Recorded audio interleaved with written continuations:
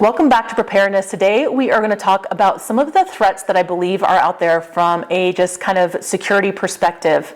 A lot of my prepper friends out there in the world are very focused on the doom and gloom, and I don't want to get down into that space of just talking about the negative all the time, but I do want to make sure that you guys are informed about some of the threats that I believe are out there. Again, particularly from kind of my military background and experience, where I will just say maybe I've seen behind the curtain a little bit on some threats and some things that I think are concerning. If you have followed my channel for very long, you know I started this prepping journey back in 2019 when I went to a national security course that talked about all of the things that we could face as a nation that were threats. That was everything from war with Russia and China. It was everything from space threats and cyber threats, and even things like the national debt, water scarcity, and the changing kind of environmental factors. At the same time, we had a freak storm called a bomb cyclone here in Colorado, where we had blizzard conditions combined with hurricane force winds, which caused incredible destruction and a lot of disruption kind of for everything going on around the state.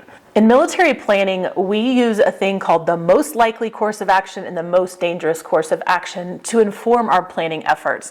And I think prepping should really be done in a lot of the same way. The most likely things are those natural disasters, those weather emergencies, a short-term power outage, either because of weather or something that happens in the local area. Those are sort of your most likely things that could happen. There's also the other side, which are really what we call the most dangerous courses of action. Those are the things that would cause the most significant disruption. From a military planning perspective, those are the things that could wreck your entire plan that you really don't want to kind of think about, but you also have to acknowledge are there so that you can be prepared to overcome them if you face them. If you're enjoying this content, if you are liking my channel, I would love it if you shared it with a friend who you think might be interested in this kind of advice. So let's talk a little bit about our power grid. So again, and here in the United States and in most of North America, we are very content just to walk into a room, flip a light switch on, and have lights come on. We are very used to that. And our entire daily lives are very connected. We have the internet, we have power for our cell phones, power for our iPads.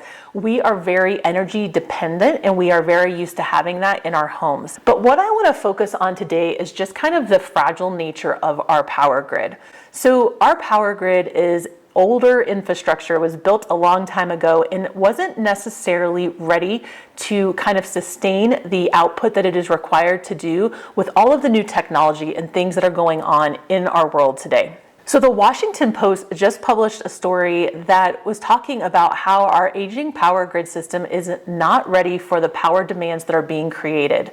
When we start talking about things like artificial intelligence and data centers and cloud-based storage for all of our technology, we are driving up the demand signal for energy in this country.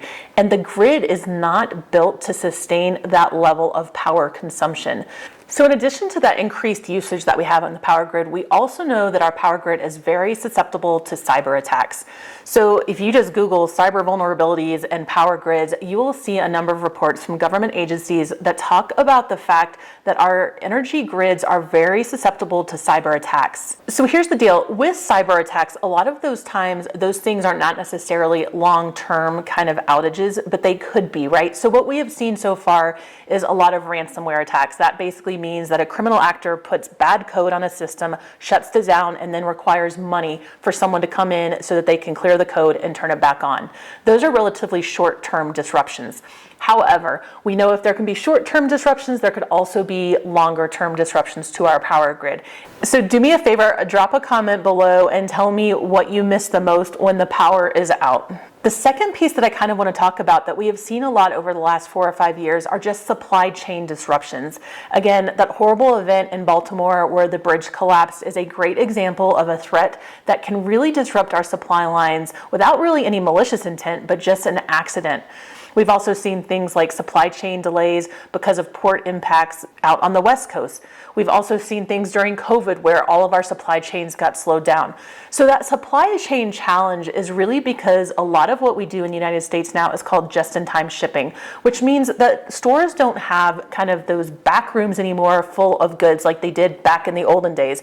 They literally bring something out when someone buys it. There's a computer system that goes in and goes, oh, Laura just bought a case of water. We need to order 1 case of water. And then that comes in on their normal shipping cycle. Being prepared allows us to kind of get ahead of of that power curve where when things start running out on shelves, we don't have to worry about it because we have our own stock of supplies at our house.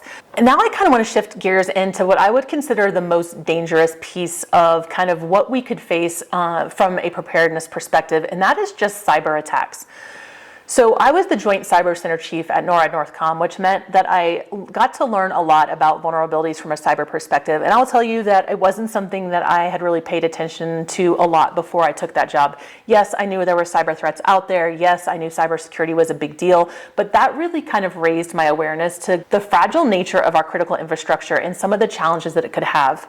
So there are, again, a lot of documents out there. If you just Google cybersecurity, there are whole entire agencies here in the United States that are focused on cybersecurity for critical infrastructure. And they're doing a great job of really trying to figure out where those vulnerabilities are. And they're working with states and companies to help try and fix some of those things. But what we know is that cyber attacks and threats are always changing. They are always evolving. And that makes it really hard to defend against them all of the time. And again, just this last month, we saw warnings from the president and from the national and federal government that there had been cyber attacks on water treatment plants and water distribution facilities.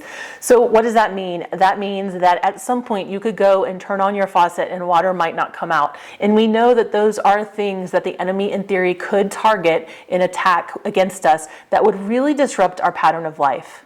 So again, we talk a little bit about power vulnerabilities, supply chain vulnerabilities, cyber attacks that could happen both with water and power grids, and we just realized that, hey, it's really smart to be prepared.